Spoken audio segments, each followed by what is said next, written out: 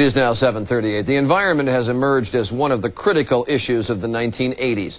And now at the end of the decade, there is a sense of alarm about the future as we turn the corner into the last years of this century. What can we expect from the environment, and what must we do to save it? Our science editor, Michael Gillen, reports in part one of our series, 90-something, the next 10 years. The bottom line is that the 1990s will not be kind to places like this. More and more, they'll be defiled by environmental abuses of one kind or another. Abuses, I might add, that have one thing in common. People. There are just too many of us around. The world population is now at 5.2 billion, and another billion will be added by the end of the next decade. Now, that could be disastrous for an already beleaguered environment, except for this. Each of us will contribute to the problem in the 1990s, but each of us can also contribute to the solution. At the top of the list is global warming, a problem that can be illustrated using a 24-hour clock.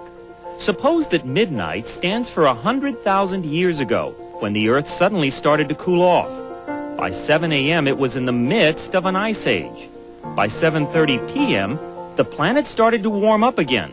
But then 2 minutes ago, at the start of the Industrial Revolution, just when it appeared as though the temperature was stabilizing, it started shooting up again, 10 times faster than before.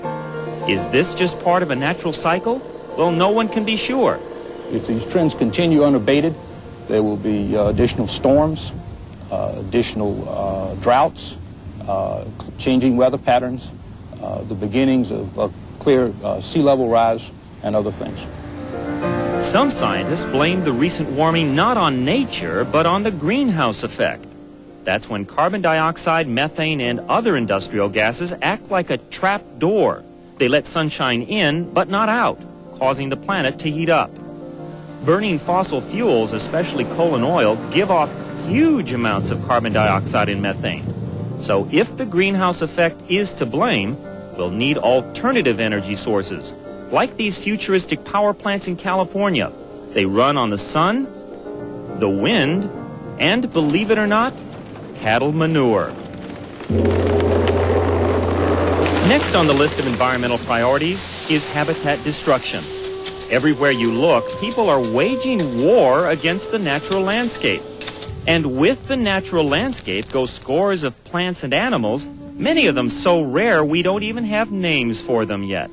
The loss of any particular species is not going to represent the end of the world.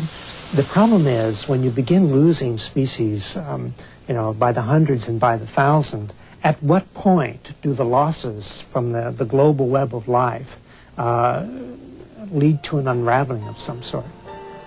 In the 1990s, governments will have to create more national parks, and private groups must continue to rescue endangered habitats simply by buying them up. And there's hope of preserving the plants and animals themselves by freezing their DNA in gene banks like this one at the Cincinnati Zoo. Finally, we come to the problem of ozone depletion. Ozone is an invisible oxygen-like gas, and a layer of it only a few inches thick is what stands between us and the deadly ultraviolet rays from the sun. No wonder there's concern that the ozone layer worldwide seems to be thinning out. Many scientists put the blame on chlorofluorocarbons, chemicals used in certain styrofoam products, automobile air conditioners, and kitchen refrigerators.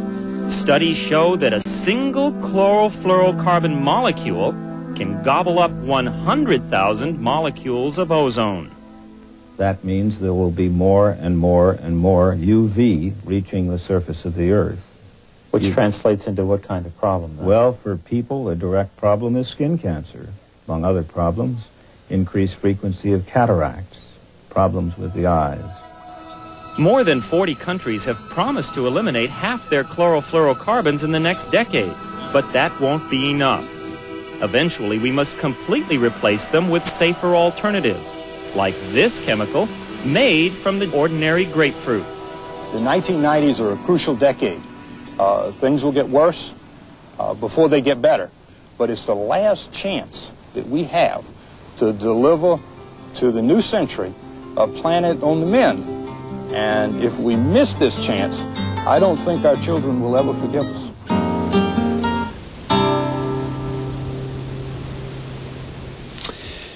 Mike Gillen will be joining us, really, from the front lines of the battle for the environment in just a moment. Good Morning America continues after this.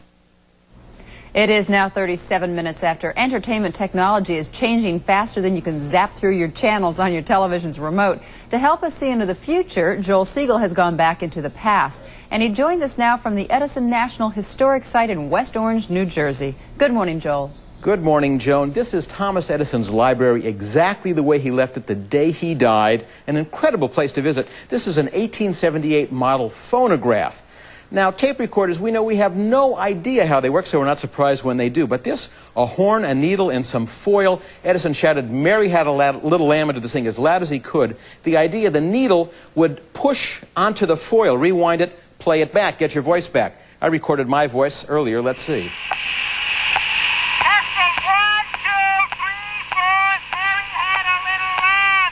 That is just amazing. It really is. And this is how the revolution in home entertainment began in 1877.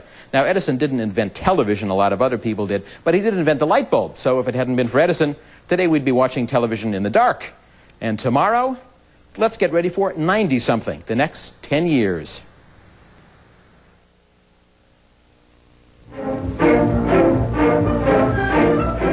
This is television's 50th birthday. TV covered the opening of the 1939 World's Fair.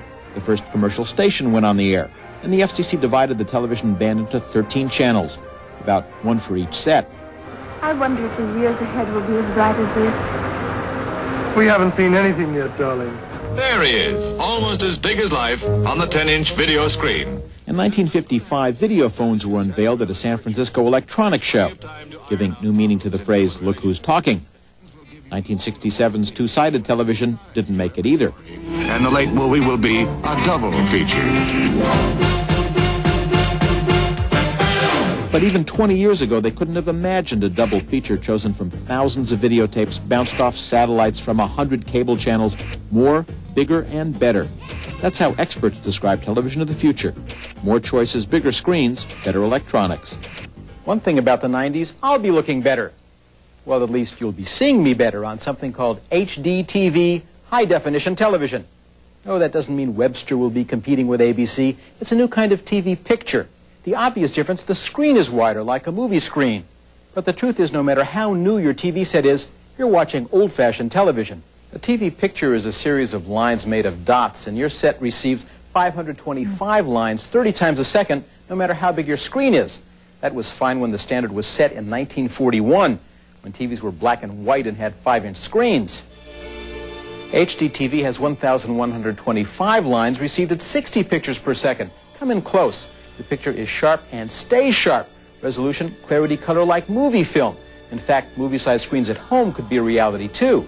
The same picture on a standard TV, you can see the lines, even the dots that make up my image. I'm starting to look like a picture in a cheap newspaper, even though I'm much better looking than that other guy. Manhattan's Rebo Studios is one of the only studios in the country with HD TV. Commercials are made here to be shown in Japan, where broadcast HD TV is beginning. But if this became the standard, Americans would have to throw away 300 million TV sets. Do we start new? Do we find a compatible system like we did with color? Perhaps an American-developed HD TV, which might resuscitate our consumer electronics industry. In the 90s, when the viewer watches high definition in their own home, it'll be like having a private screening room. What they'll have is an image that has the same size and dimension and quality of 35mm film with the sound quality of CD audio. So we'll be presenting people with a personal cinema screening room. This is ShowScan, the movies of the 90s. Filmed 4 times larger, projected 2.5 times faster, will make for unbelievable detail. Seats will move in exact sync with the cameras. After flickers and talkies come the feelies, Aldous Huxley predicted in Brave New World. The best way to predict the future is to invent it. This is the Media Lab on the MIT campus, where scientists and students are building the future, and where high-definition television, for example, is already passé.